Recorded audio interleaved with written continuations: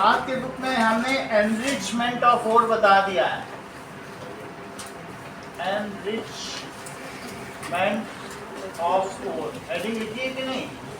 That is removing of gangue particle either by hydraulic washing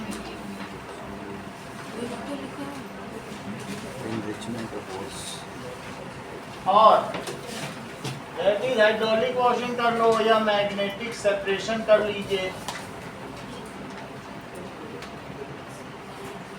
और froth flotation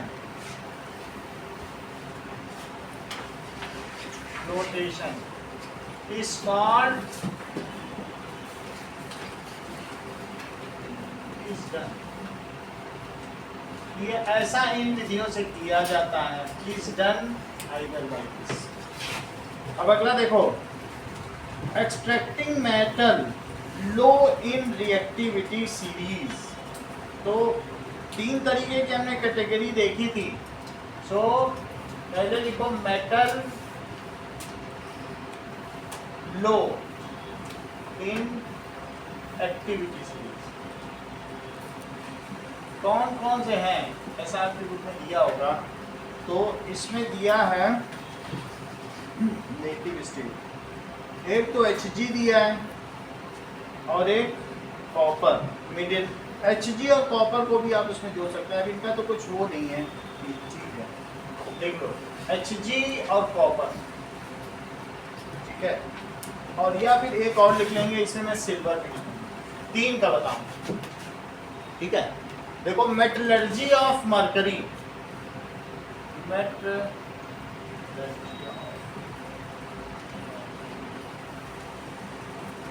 अब mercury का कौन सा है बोलो गर्व, और कोई बात नहीं अमन। So that is its ore is cinnabar, that is HGS। It is hydraulically, इसे सबसे पहले क्या करेंगे, हाइड्रोलिकली वॉश्ड, इसकी हाइड्रोलिक वॉशिंग करेंगे, ठीक है, हाइड्रोलिक वॉशिंग करेंगे। एंड उसके बाद क्रश करने के बाद आफ्टर क्रशिंग और जब क्रश कर लेंगे, ठीक है, तो कंसंट्रेटेड ओर को क्या करेंगे, now concentrated ore is roasted, उसे भूना जाता है, भूनना। इन रोस्टेड तो एयर नहीं होता है, जरा चेक करो, ऐसा आपकी बुक में रिएक्शन दी है क्या? तो चूंकि 2HgO बन जाएगा और क्या बन जाएगा, SO2। तो ये इससे क्या बन गया, मर्क्यूरिक ऑक्साइड, ठीक है। 2 अलग अलग चीजें हैं, एक Hg2O भी होता है, तो वो मर्क्यूरस होता है। ऐसा क्यों कह रहा हूँ, क्योंकि इसमें 1 प्लस और 2 माइनस, जब 1 की इसकी वैलेंसी हो तो अस बोलते हैं, और जब 2 की वैलेंसी हो तो क्या बोलोगे, इक, क्या बोलोगे, मर्क्यूरिक ऑक्साइड। जैसे क्यूप्रस ऑक्साइड और क्यूप्रिक ऑक्साइड पढ़े हो, वही तो इसमें भी लगेगा ना। तो इसका क्या नाम है, मर्क्यूरिक ऑक्साइड। अब जरा देखो HgS में मैंने ऑक्सीजन कर दिया, इसको अब हमें बैलेंस करना है। मृत्युंजय इसको बैलेंस करो, कहाँ क्या क्या लगा है बताओ। 2HgS बताइए, 2 लगा दें। अर्चिता बैलेंस करो,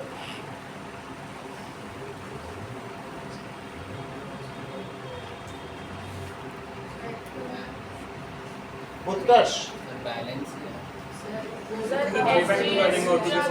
बोलो। 3/2 कर देंगे और बहुत अच्छा, 3/2 कर दिया, आप बैलेंस कर लो, पूरे में मल्टीप्लाई। यही राइट तरीका है। पहले ये नहीं करना है कि पहले इसमें मल्टीप्लाई करो, पहले इसमें मल्टीप्लाई करो ना। 2 की बैलेंसिंग के बिना कैसे होगा, that is 2HgS plus 3O2, फिर HgO में भी 2 लगा दो और फिर 2SO2 सब बैलेंस हो गया। अब इसका रिडक्शन कर दो, HgO मिल गया तो HgO और प्लस अगला स्टेप देखो, इसका रिडक्शन भी नहीं करना, कार्बन से तो होगा नहीं, सिंपली हीट कर दो। ओके, तो जब इसको हीट करेंगे तो क्या होगा, 2Hg और प्लस O2। समझ में आया? Simply by heating we can convert. ये ब्लैक कलर का होता है और जैसे इसको गर्म किया जाएगा चमकता हुआ मरकरी पारा मिल जाएगा, तो ये इसकी metallurgy. Now metallurgy of silver. Silver is found as sulfide ore. ये किस फॉर्म में पाया जाएगा, sulphide ore, that is Ag2S। किसी को नाम बताओ नहीं तो मैं चलो अर्जेंटाइन से क्या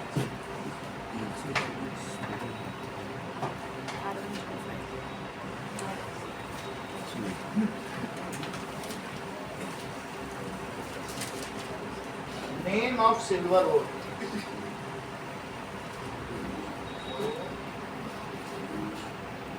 Ag2S में पाया जाएगा, इसको कहेंगे सिल्वर ग्लास, सही नाम है इसका। नाम क्या है, जैसे कॉपर ग्लास होता है तो silver glass. It is hydraulically washed,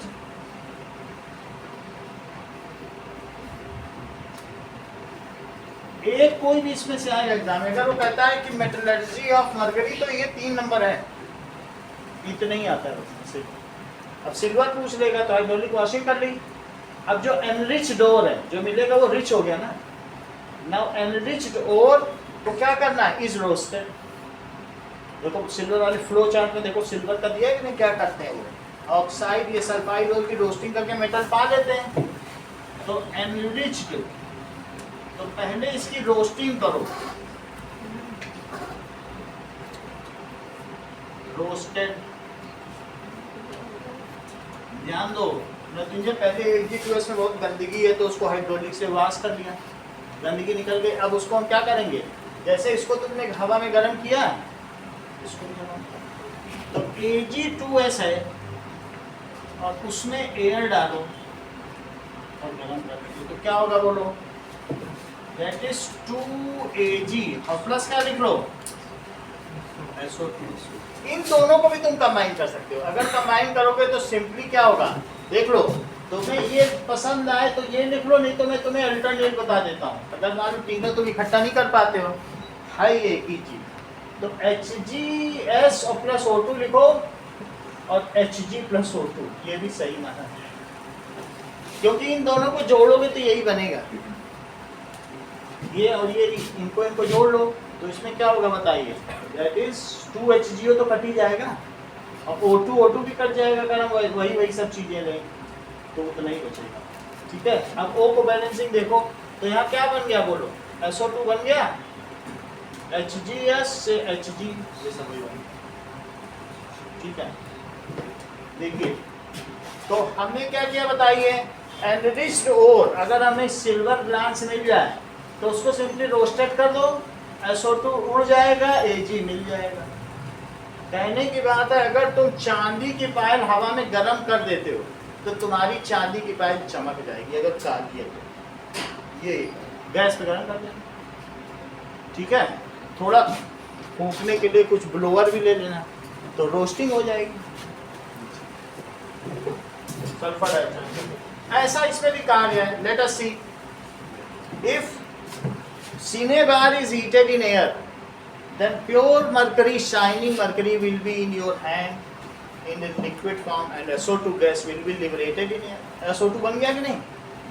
वैसे तुम्हारी बुक में वो 2 रिएक्शन दी, तो 2 का हो तो 2 भी लिख लो, दोनों से मिलके एक भी हो जाती है, तो वो स्टेप बाय स्टेप। ठीक है, ये थोड़ा सा वैसा है, ये ज़्यादा इनर्ट है, एक ही बार में हो जाएगा, ये 2 बार में होगा। अगला देखो, अब तुम्हारे पास तीसरी चीज क्या है, कॉपर की। तो मेटलर्जी ऑफ कॉपर देखिए, मेटलर्जी ऑफ कॉपर में क्या लिखोगे बोलो, क्या उसकी हाइड्रोलिक वॉशिंग ठीक रहेगी अमन? ठीक है। So metallurgy of copper, so copper ore कौन कौन से हैं?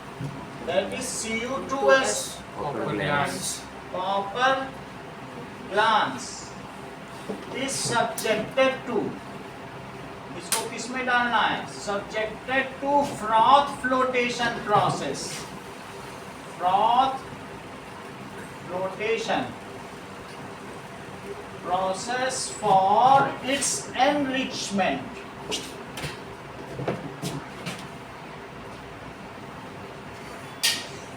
And removal of, और क्या क्या, रिमूवल ऑफ गैंग पार्टिकल, इसके लिए फॉर दिस पाइन ऑयल, इसमें पाइन ऑयल या चीड़ का तेल डाला जाएगा, एंड फ्रॉथ स्टेबलाइजर, जो झाग बने वो देर तक रहे, उसको कहते हैं फ्रॉथ स्टेबलाइजर आ रहते हैं। तो इससे क्या होगा, हमने जो एनरिच डोर है उसको ऊपर ऊपर से स्किम करके निकाल दिया ना। अब इसके बाद क्या करेंगे, now the complete ore is roasted in Bessemer converter, scientist का नाम है बेसेमर।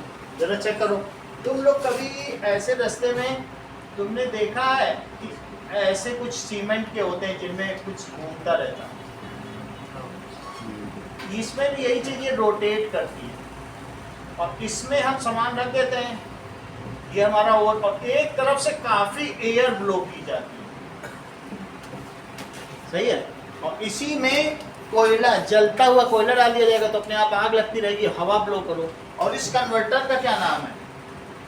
Bessemer converter. इसके बारे में आगे ज़्यादा जानकारी दी जाएगी आगे की क्लासेस में, अगली क्लासेस से डिटेल में आ जाएगा, लेकिन अभी जान लो इसमें कैसे किया जा रहा है बता।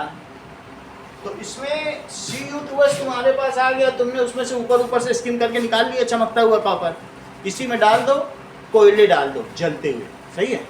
अब देखो जो Cu2s आया है और उसमें इसकी रोस्टिंग करो, तो रोस्टिंग करने के बाद क्या होगा बताओ? रोस्टिंग करने के बाद या आप बाहर से कोयले यहाँ लगाइए, बाहर से हीट दीजिए, एयर प्लस हॉट एयर का ब्लो कर, इसका एयर अपने आप गर्म हो जाएगा, हॉट एयर ब्लो कर दी, तो इससे क्या होगा, ये पूरा SO2 नहीं निकलता, थोड़ा सा ही SO2 निकलेगा, 1/3, और जो बाकी सल्फाइड हो रहा है वो किस में बदल जाएगा मालूम है? वो बदल जाएगा ऑक्साइड हो। जरा देखो बुक की रिएक्शन, क्या पूरा सल्फाइड बदला है कि कैसे बदला है, चेक करो। दैट इज 2Cu2O लिखा है, लेकिन अभी अगली रिएक्शन में पता चल जाएगा। Cu2O है और क्या लिखा है बोलो? SO2, सही है।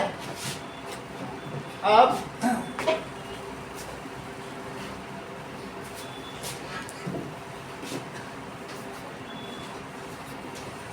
समझो इस बात में क्या होगा, जब तुमने इसमें डाला तो इसमें से कौन सी गैस बाहर निकलेगी बोलो? SO2। अच्छा SO2 निकली है और ये बदल गया है, क्या ये रिएक्शन पूरी है? तो देखने से क्या पूरी लग रही, चेक करो, पूरी लग रही। ऑक्सीजन अभी ठीक नहीं है, चलो तो वहाँ 3 है तो 3/2 क्या पूरे में किससे मल्टीप्लाई कर दिया? तो 2Cu2s प्लस CO2 गिव्स, यहाँ हीट कर दिया तो 2Cu2O और प्लस 2SO2, सही है। अब जो इसमें बचा है उत्कर्ष, 2 चीजें बची हैं, कौन कौन सी बची हैं? तो 2 part Cu2O in this roasting, इस रोस्टिंग में क्या होगा, ठीक है, only 2 part of Cu2O is obtained, इतना ही मिलेगा, और 1 पार्ट Cu2S बचा रह जाए। मतलब जितनी भी चीज है ना 66% ही बदल पाता है, लेकिन जो 33% है वो नहीं बदल पाता, ठीक है ना। तो 2 part of Cu2S and 1 part of, और 1 पार्ट किसका रहेगा, ऑफ Cu2s is obtained। कहने का मतलब है कि 2 हिस्सा ही बदल पाया, और एक हिस्सा चाहे कितना भी घुमा लो घूमता रहता है इसीलिए, लेकिन फिर भी नहीं बदलता। वो पिघली हुई चीज है, बस वो घूमता रहेगा और बदलेगा। इन दोनों को ही अब सब तरफ से हवा आना बंद कर दो, बोलो अब कोई हवा नहीं दी जाएगी। और कौन, मैंने क्या बताया, बोलो कितने पार्ट्स हैं, 2 पार्ट Cu2 हो गए और एक पार्ट क्या है Cu2s। इसको अब एक ऐसे बंद कन्वर्टर में डालो जिसको फर्नेस कहेंगे। ये फर्नेस है जिसमें एक छेद रहे, इसको कहते हैं कैल्सिनेशन, और चारों तरफ से आग लगा दो। बोलो अब इसका मटेरियल इसमें पलट दो, इसमें 2 पार्ट्स Cu2O है, 1 पार्ट क्या है, इस S से कहो तुमको हवा नहीं दी जाएगी, यही ऑक्सीजन लो, बोलो ले लेगा कि नहीं। आग लगाओ और इस सल्फर से कहो कि अब तुमको बाहर से हवा नहीं मिलेगी, जो यहाँ है इसी से लो, तो ले लेगा। और फिर क्या होगा बताइए, 4 ये और 2 ये क्या 6 हो गए, तो 6 Cu बन गया और SO2, बोलो बात समझ में आ गई। लेकिन जैसे तुम्हारे यहाँ जब मम्मी हलवा बनाती होती है तो तुम घर में जाती हो ना, बिल्कुल लास्ट स्टेज में उसमें बुट बुट हवा निकल रही होती कि नहीं, जब बिल्कुल बनने वाला रहता, गाढ़ा हो जाता है, तो ऐसे में हलवा कैसा होगा, ऐसे ऐसे नहीं बनेगा ऊपर ऊपर, उसको किसी किसी में हवा भी निकलेगी जिस बर्तन में बन रहा होगा। तो ये जो अंदर की ओर हवा है, जब कोई चीज़ गर्म होगी और सेमी सॉलिड से सॉलिड होगी तो निकल रही होगी, यही हाल इस कॉपर का भी होता है। जिस समय SO2 निकल रहा होता है, निकलते निकलते तक ये ठंडा हो जाता है। और या फिर कभी कभी एरोप्लेन में भी तुमने ऐसे देखा होगा कि यहाँ पर कुछ बल्ज्ड आउट पोर्शन रहता है जिसको ब्लिस्टर कहते हैं, जिसमें ये पायलट बैठा रहता है, ऊपर उठा हुआ रहता है कि नहीं। हम लोग तो एयरफोर्स के सब ब्लिस्टर बाहर नहीं निकला रहता है। ब्लिस्टर का मतलब फफोले, और इस वजह से चूंकि इसमें SO2 ट्रैप हो गई, इसलिए बाजार में इसे ब्लिस्टर कॉपर के नाम से बेचा जाता है। किस नाम से बेचा जाएगा, तो अब इसमें से सल्फर डाइऑक्साइड की अशुद्धियों को रिमूव करने के बाद में रिफाइनिंग भी करनी होगी, ठीक है। तो यहाँ तक तुम्हें समझ में आ गया। सदा off in this obtained copper sulphur dioxide remain trap, ठीक है, अंटिल इट इज, मतलब as it melts the SO2 get trapped in it. तो उसको क्या करेंगे, the SO2 and the 1% other metals alloys जो इसके आसपास के, जैसे टिन हो चाहे कुछ हो, उनको किसके द्वारा तुम अलग करोगी। So in this method the copper obtain is called blister copper, इसे ब्लिस्टर कॉपर कहेंगे।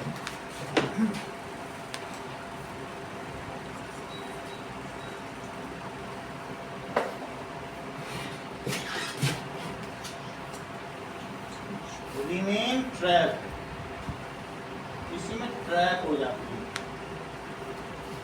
है in solid copper. Later on this copper is subjected to, इसे कहाँ भेजा जाएगा, is subjected to electrolytic refining. बस इसमें अब मेटलर्जी कर दी जाएगी, चेक करें कैसे की जाएगी, सब्जेक्टेड टू इलेक्ट्रोलिटिक रिफाइनिंग।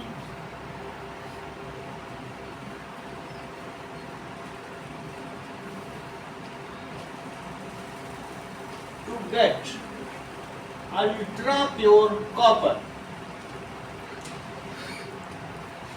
तो अब बात आ गई इलेक्ट्रोलिटिक रिफाइनिंग की, तो वो भी जरा देखें। इसको एक बर्तन में रखो, कॉपर की ही रिफाइनिंग तुम्हारी बुक में लिखी है, उसमें कॉपर ही डाला गया, चेक कर लो।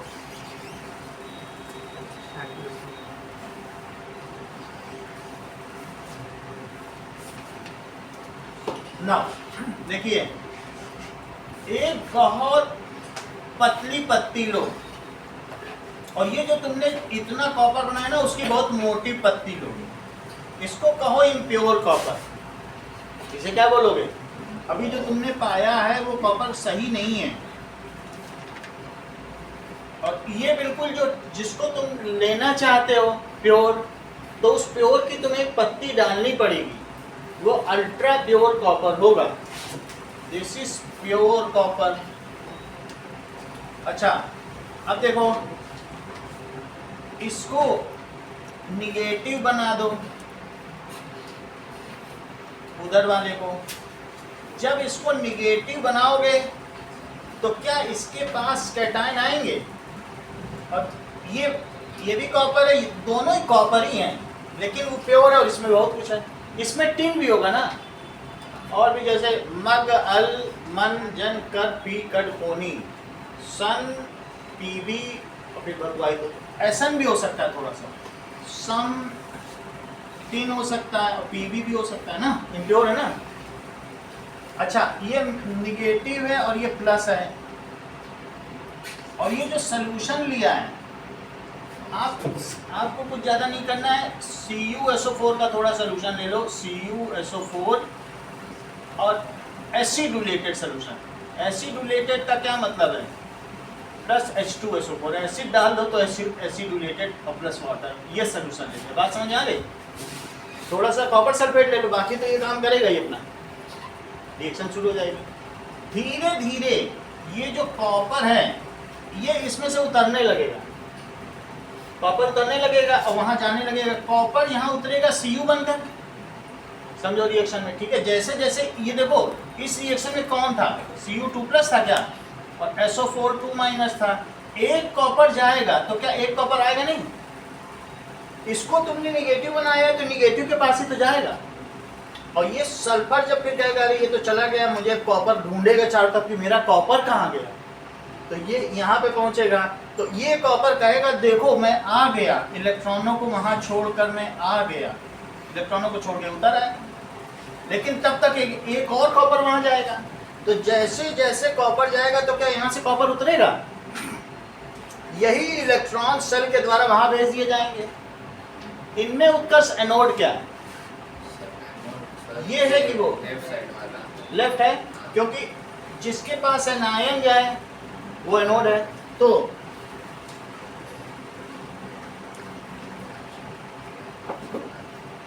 जैसे जैसे वहां कॉपर जाएगा तो जो दूसरी इम्प्योरिटीज है वो धीरे धीरे यहाँ गिर जाएंगी। वो इम्प्योरिटीज किसकी किसकी होंगी? टिन की होंगी, लेड इम्प्योरिटीज होंगी।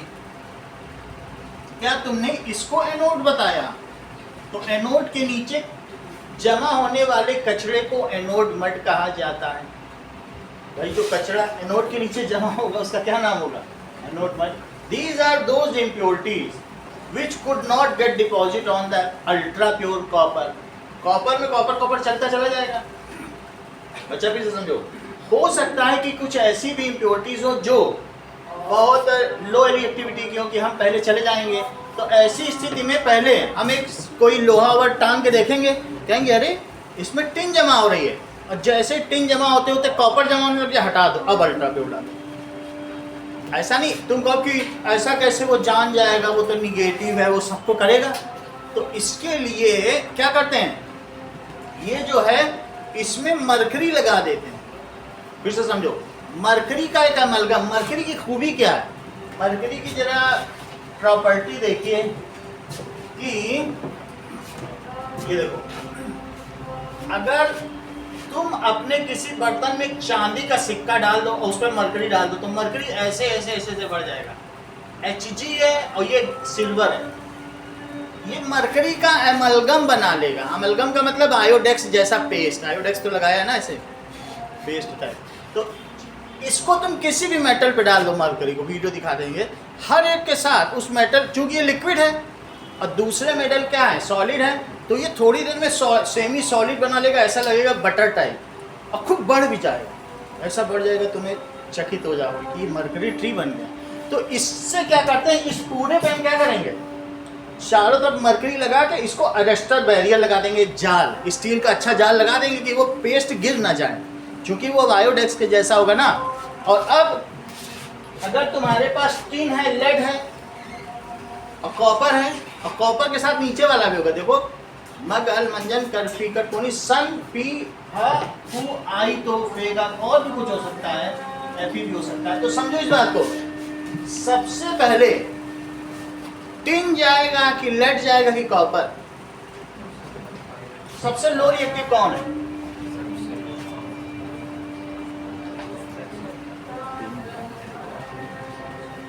बताओ, इतना सोच रही हो? सही बोले, जो जितना लो रिएक्टिव, हाई रिएक्टिव वाला सोल्यूशन में रहता है, तो डिपॉजिट कौन होगा? तो वास्तव में जो एनोड मड होगा ना, वो कॉपर के नीचे वाले यहाँ जमा होंगे। ठीक है, हम यहाँ पर ऐसे लिख दिए हैं कि इम्प्योरिटीज होंगी, तो आप सिर्फ इम्प्योरिटीज लिख दो। तो जैसे जैसे टिन जाए, तुम देखो अरे इसमें चमकदार निकल रही है तो कॉपर नहीं है, और जब उसके बाद टिन जाए, लेड काला काला निकलने लगा, अरे अभी भी बारी नहीं आई कॉपर की, टिन भी इकट्ठा होगा, वो पोरस है। और नहीं तो अगर धीरे धीरे एक एक लेयर निकलती तो फिर अंदर का सब ना निकल पाता ना। जब तुमने उसे एमलगम बना लिया, अब बिल्कुल अंदर अंदर से भी आएगा, जिसको आना है वही आएगा, मतलब एक फेयर कंपटीशन शुरू हो गया। तो अब सबसे पहले इन्होंने बताया टिन आएगा, जो सबसे लो रिएक्टिव वो जाके डिपॉजिट हो जाएगा, उसके अगले नंबर लेड का आएगा, फिर कॉपर का आएगा। जब तुम्हारा कॉपर आने लगे, ये सब हटाओ पुराने वाली पत्तियाँ, अब अच्छा अल्ट्रा प्योर पतली पिन लगाओ कॉपर, तो कॉपर आएगा, फिर प्योर पूरा बाजार में अच्छे दाम पे बिकेगा। जरा 100 ग्राम 3-3 हज़ार का बिकता है, अगर अल्ट्रा प्योर तुमने बना दिया, कॉपर से ही अल्ट्रा प्योर बना दिया, सही है।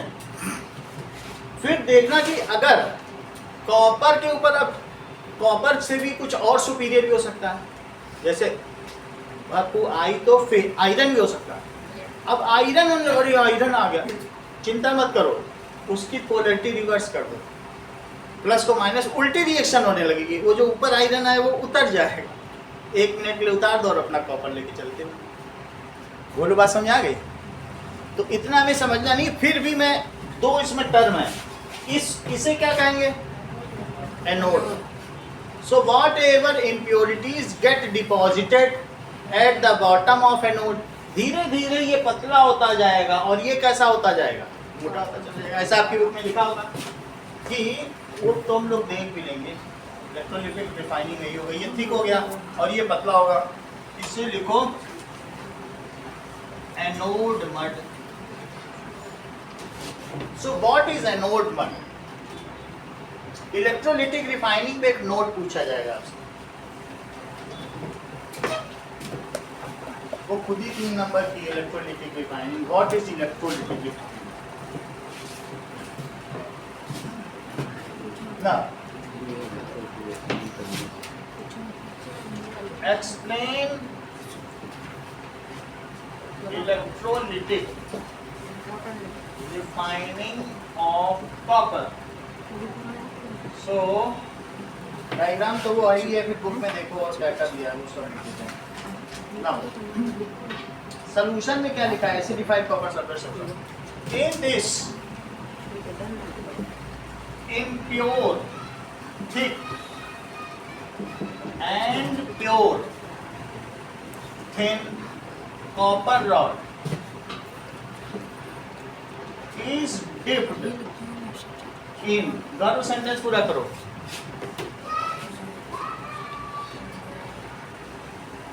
कोई बात नहीं, मृत्युंजय। हाँ बोलो। Copper sulphide solution.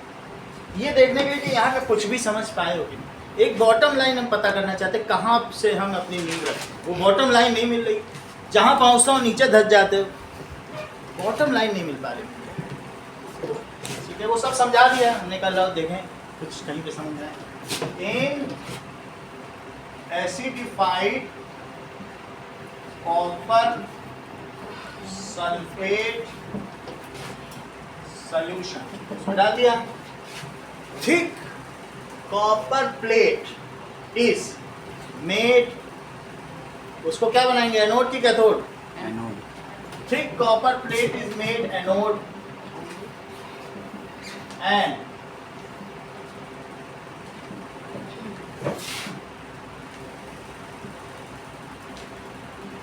Thin copper plate, जो प्योर वाली है, जो pure thin copper plate as cathode.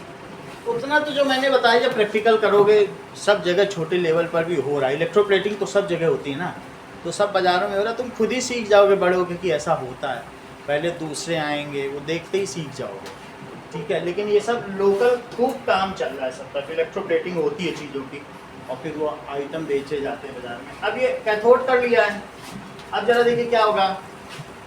Now supply electricity when current is passed. जब भी तुम बाहर से सेल लगाओगे तो उसको इलेक्ट्रोलिटिक सेल कहते हैं। क्या कहते हैं? और वो जो सेल खुद होती है वो गैल्वानिक सेल है। देख लो, ये इलेक्ट्रोलिटिक सेल है, ये गैल्वानिक सेल। ये भी तो सेल का मतलब कोठरी। तो ये कौन सी कोठरी है? जिसमें बिजली बने वो गैल्वानिक कोठरी, और जिसको बिजली दी जाए वो electrolytic. The cell in which electricity is fed is electrolytic cell. The cell which generates electricity is galvanic cell. बोलो, बात समझ आ गई? ठीक है। So when electricity is passed through this electrolytic cell, pure copper का क्या होगा? Starts collecting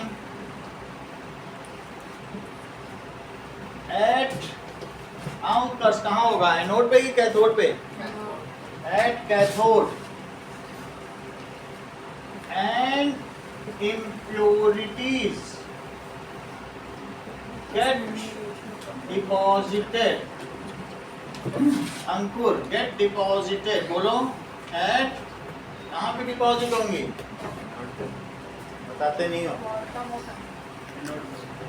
at bottom of, तल्ले पे, एनोड के तल्ले पे। It is called anode mud. ठीक है। इवेंचुअली जो भी तुम्हारे एनोड की पूरी रॉड है वो डिसअपियर हो जाएगी। ये बिल्कुल दिखेगी नहीं, तार झूलेगा, सब चली जाएगी। गंदगी नीचे, असली कॉपर वहां, पूरी खत्म हो जाएगी। तो इवेंचुअली होगा क्या?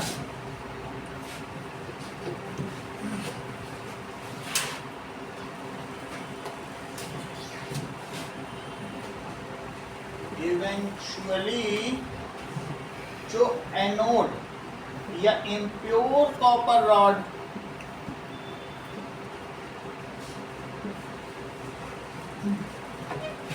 ठीक है, डेप्लीट्स। पहले तो डेप्लीट होगी पतली, और फिर एंड देन डिसअपियर्स।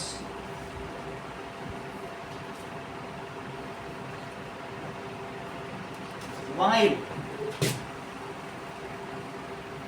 जो प्योर कॉपर, बस खाली कितना ही लिखा है।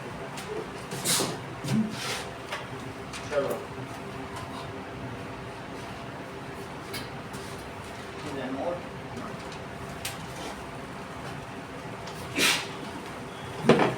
अब देखिए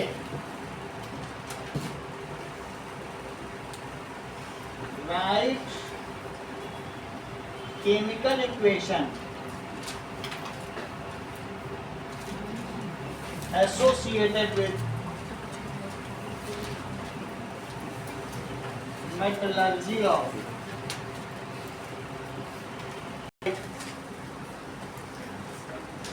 तो सबसे पहले कन्वर्जन टू मेटल ऑक्साइड देखो इज फर्दर, उसको क्या करेंगे? Subjected to following steps.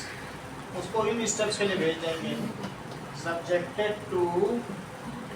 अब वो कौन कौन सा है? If it is calamine. हाँ अंकुर, अगर ये कैलामाइन है तो क्या करोगे?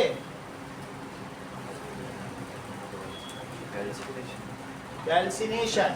So that is ZnCO3। तो ZnCO3 है तो क्या करेंगे? Then calcination is done। Calcination is used. तो ZnCO3 को हीट कर देना, ZnO बन जाएगा और CO2 बन के ये उड़ जाएगा। If it is, Trishu sentence पूरा करो। If it is, Sonakshi, Anshupriya, ZnS that is zinc blend, तो ZnS then सोनाक्षी सेंटेंस पूरा करो। तुम तो हर चीज जानने लगी हो। चलो अच्छी बात। Then roasting is preferred. Roasting कर लेना। तो ZnS plus O2, तो इससे ZnO बन जाएगा और SO2 बन जाएगा। ये रिएक्शन अभी सही नहीं है। इसमें आपको वहाँ 3 ऑक्सीजन है, यहाँ 2 ऑक्सीजन है, तो क्या करना होगा? 3/2 लिख दिया, ठीक है। तो इसमें पूरे में 2 का मल्टीप्लाई कर दो। 2 ZnS प्लस 3O2, तो 2 ZnO प्लस 2 SO2। ये हमने स्टेप 1 कंप्लीट कर लिया है, स्टेप ए। अब बी, अर्चिता, स्टेप बी क्या है? Reduction of metal oxide to metal. सही, reduction of metal oxide to metal. इसके लिए अब हमें जो भी, चाहे तुमने कैल्सिनेशन किया हो या रोस्टिंग, हीट का सिंबल बना देना दोनों में। देखो यहाँ एयर है तो रोस्टिंग बोलो, अभी समझ रहे हो?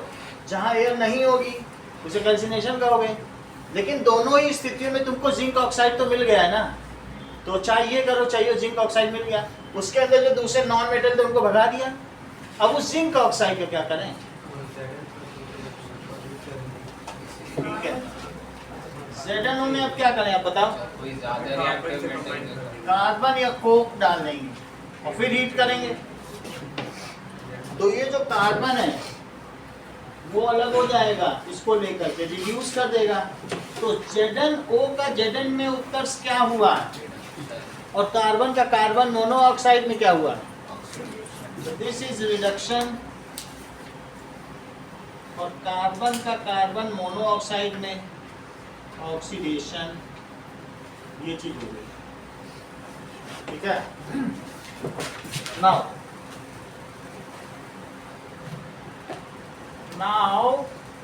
ZnO इज रिड्यूस्ड टू, इसका अपचयन हो जाता है जिंक में। हाउएवर इसमें 1% इम्प्योरिटीज होगी।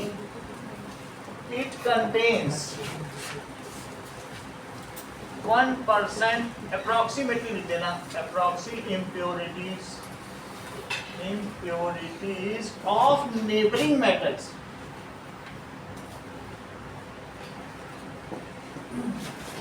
उनको हटाना जरूरी है। So it is subjected to step 3। अब स्टेप 3 क्या होगा?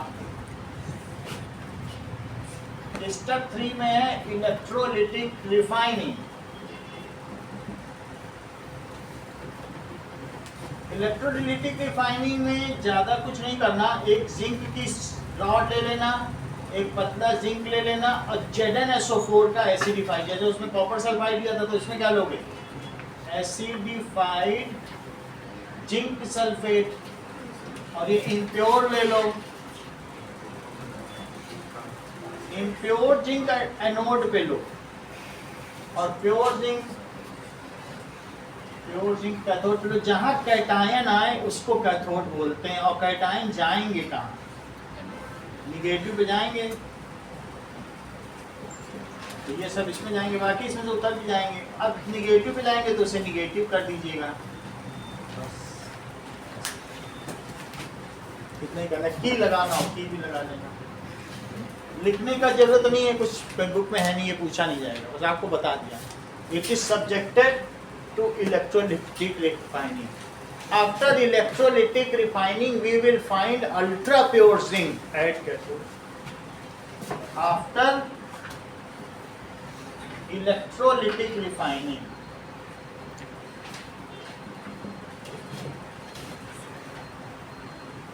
we get ultra pure zinc at बोलो मृत्युंजय क्या लिखे at कैथोड सही बताते हो। चलो पूरी बात समझ में आ गई अंशुप्रिया? ये तो तुम्हें पता ही था। मुख्य तो आकर्षण यही दो रिएक्शन है, कैल्सिनेशन और रोस्टिंग, फिर उसके बाद रिडक्शन।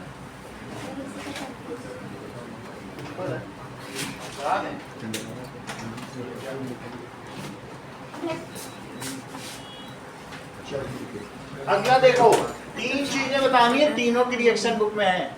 अगली रिएक्शन देखो, तो अगली है मैग्नीज की। That means metallurgy of manganese. Manganese की देखो, पहला स्टेप वही रहेगा, दूसरे स्टेप में कुछ देखना है तो देख लो, यहां तक सब वही है ना। So that is metallurgy of manganese। Manganese का और हमारे पास रखा है पाइरोलिसाइट, ये देखो MnO2 काले रंग का होता है। मैंगनीज भी रखा है, वो दिखाया नहीं, MnO2। ठीक है, हम इसका नाम क्या है इसके और का? पाइरोल्यूसाइट। क्या नाम है? पाइरोल्यूसाइट। काले रंग का होगा। और मैंगनीज भी जो मिलेगा वो थोड़ा चमकदार रहता है लेकिन काला रहेगा। अब हमको इसमें से, इसी से तुम्हारी बुक में निकाला भी गया, देखो रिएक्शन MnO2 से ही बनाया गया क्या? सही है। सो वी विल पहले क्या करेंगे बताओ? The ore of manganese is MnO2, that is pyrolusite. इसी को लिखो। तो ओर का नाम क्या है? पाइरोल्यूसाइट, Mn।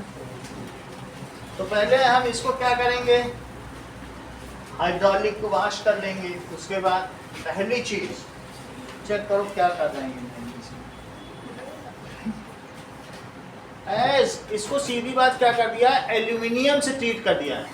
Aluminium is most reactive and highly abundant.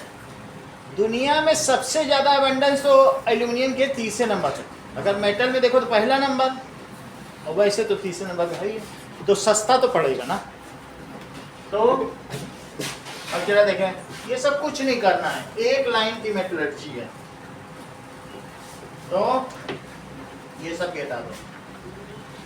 Now it is further treated with, किससे ट्रीट किया जाएगा? Treated with aluminium powder. Aluminium का पाउडर ग्रे कलर का होता है, एल्यूमिनियम को यूज कर दिया। तो एज एल्यूमिनियम कैसा है बोलो?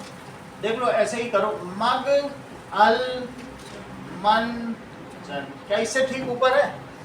तो ज्यादा रिएक्टिव हुआ कि नहीं? Aluminium is more reactive then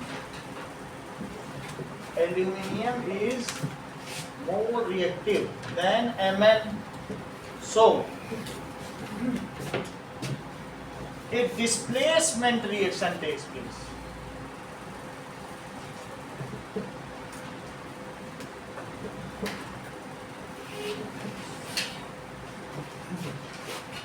check करो, MnO2 जो कि मैंगनीज डाइऑक्साइड है,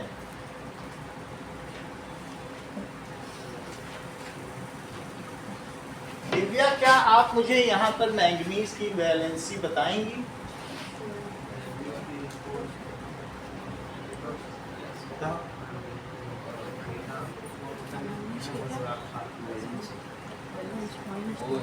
फोर है ना, क्योंकि इस दो ऑक्सीजन है। अब एक Mn देगा, दो ऑक्सीजन को दो दो चाहिए, तो इसको क्या करना पड़ेगा?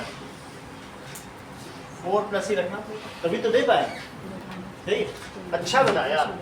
अब इसको एयर से हमने रिएक्ट कर दिया, एयर ज़्यादा अच्छा है तो वो इसकी ऑक्सीजन ले लेगा, इसको फ्री कर देगा, लेकिन ऐसा करने के लिए भी हमको हीट करना पड़ेगा।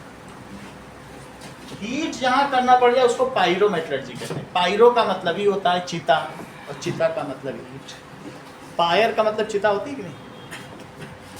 अब देखो तो क्या बन जाएगा, Al2O3 और Mn3 हो जाएगा। बस यही इसकी मेटलर्जी है।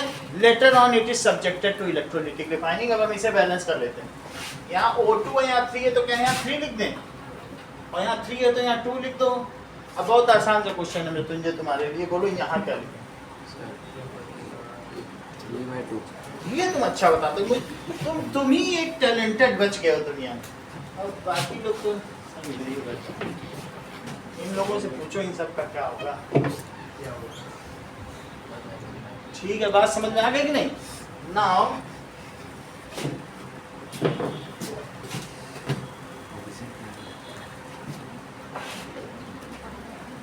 अगला देखते हैं। So later on whatever manganese is obtained by step 2, ये स्टेप 2 हो गया। स्टेप 2 हमने यहाँ डिस्प्लेसमेंट कर दिया और कुछ नहीं किया। It is now electrolytically refined. ठीक है, नाउ Mn इज इलेक्ट्रोलिटिकली, यहां तक कि जो आयरन है उसको भी हम एल्यूमिनियम से साफ कर रहे हैं। देख लो अगली रिएक्शन। एल्यूमिनियम इतना ज्यादा अबंडेंस है, मतलब 23% एल्यूमिनियम है और शायद 3 या 4% की आयरन मिलता है। तो हम लोगों ने एक बार चार्ट इसमें देखा था ना वीडियो में, चेक करो। मेटलर्जी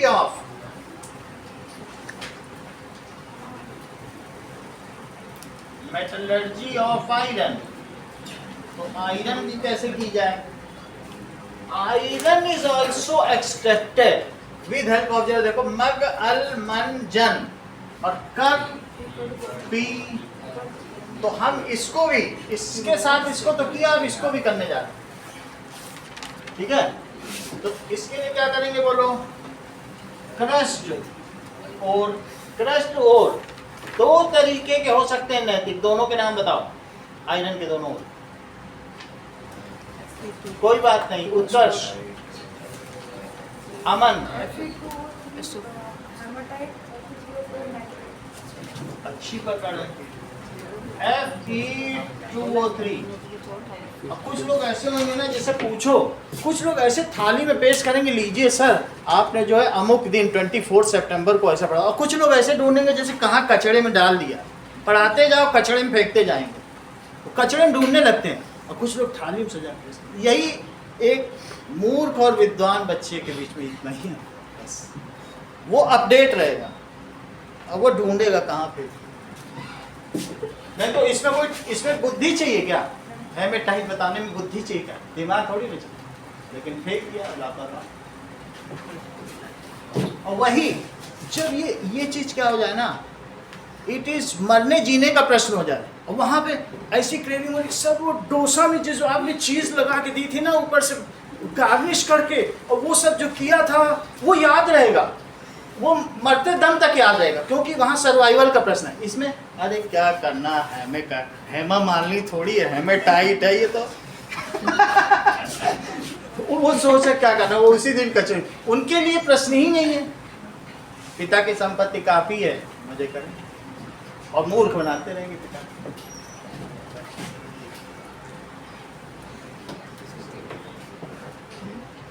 माँ बोलेगी बेटा रोटी खा रहे हो, पास तो हो जाओगे। हाँ मम्मी, अब हम और दिमाग लगाएंगे, पढ़ेंगे, पास हो। दिमाग लगाने को नहीं कह रहे हैं, बैठो पास तो हो जाओगे। हाँ मम्मी पास हो। माँ को भी मालूम दिमाग है बच्चे। पेरेंट्स आते हैं तो देखो क्या है, क्रस्ट और Fe2O3 Ma टाइप,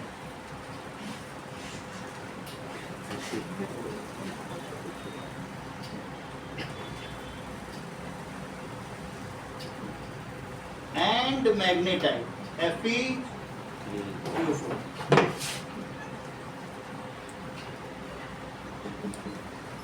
ये इसको हम क्या करेंगे, सब्जेक्टेड टू, सेंटेंस पूरा करो अर्चिता, तुम पहले ही बता देते। वो बेचारी दिमाग लगा बता दी। Is subjected to magnetic separation. अच्छा, हमने इसका मैग्नेटिक सेपरेशन कर लिया। इससे हमारा क्या होगा, फेरोमैग्नेटिक सब्सटेंस जो है वो कंसंट्रेटेड हो गए, गैंग पार्टिकल रिमूव हो गया। मैग्नेटिक सेपरेशन में दो मोटर चलती है कि नहीं, उसके ऊपर एक बेल्ट होती है, कन्वेयर बेल्ट, वो चलती है।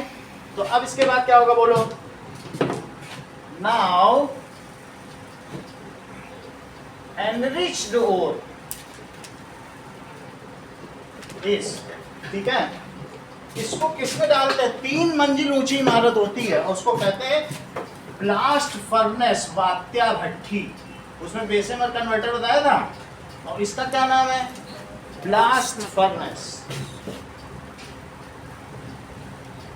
फर्नेस का मतलब भट्टी होता है, और वात्या भट्टी जिसमें हवा जा सके। तो अब इसमें हम डाल देंगे ये सारा, और डाल देंगे, और इसमें और क्या डाल देंगे, एल्यूमिनियम, और जो Fe2O3 है वो भी डाल देंगे, और Fe3O4 है वो सब डाल देंगे। बोलो बात समझ आ गई। चलो, तो ये करीब करीब 3 मीटर और भी ज्यादा होती है, 6 मीटर की, 2 मंजिल ऊंची होती है, काफी ऊंची होती है। Enriched ore is heated with, ठीक है, मिक्स्ड विद, हीटेड भी नहीं है, मिक्स्ड कर दो बस, mixed with aluminium powder. Check करो, अगर तुमने Fe2O3 और प्लस एल्यूमिनियम पाउडर डाल दिया तो ये रिएक्शन इतनी ज्यादा है कि आग लग जाएगी। और कभी रेलवे का, कभी तुमने यहाँ देखा होगा ना कि टूट जाती रेलवे लाइन, सिर्फ वो लोग पाउडर डाल देते हैं, इतनी आग निकलती है दूर दूर तक कि उससे वो लोहा पिघल जाता है और वहाँ Fe सेट भी हो जाता है, दोनों काम। और इस वजह से इसे थर्मिट रिएक्शन कहा जाता है। नहीं तो वहाँ रिमोट में, गाँव में तुम कहाँ बिजली ढूंढने जाओगे, बिजली भी नहीं होगी, कहाँ ले जाओगे, बस वो लोग पाउडर दोनों रहते हैं, डाल देते हैं गाँव। It is widely used world wide for welding railway track. ये इंपॉर्टेंट क्वेश्चन है। इस वजह से इतनी रिएक्शन है, it is able to melt iron, जबकि आयरन का उसमें देखो, मुझे तो लगता है कि कितना 2600 डिग्री सेल्सियस मेल्टिंग पॉइंट है, कितना देखो 8 नंबर पे लिखा होगा उसमें, 250 कितना है, 1500 को बड़े आराम से हो जाएगा। Al2O3 चेक करो, तो ये कैसी रिएक्शन है, और ये जो मिलेगा क्या लिक्विड मिल जाएगा, लिक्विड मिल जाएगा। और इसको हीट करने की जरूरत नहीं है, इसमें लार्ज अमाउंट ऑफ हीट खुद ही होती है, तो यहां लिख लो plus heat. During this displacement reaction, अभी इसको बैलेंस कर लेते हैं, देखो यहाँ 2 है तो यहाँ क्या करना है, ये 2 है, तो displacement reaction, large amount of heat is produced. So this reaction is called Hermite reaction. Book में पढ़ो, Hermite है, बगल में लिखा है रेलवे ट्रैक जोड़ा जा रहा है, देखो चित्र, Hermite reaction. This reaction is used to weld cracks in railway line या रेलवे ट्रैक। इस चीज को देखो, इसका वीडियो कैसे होती है।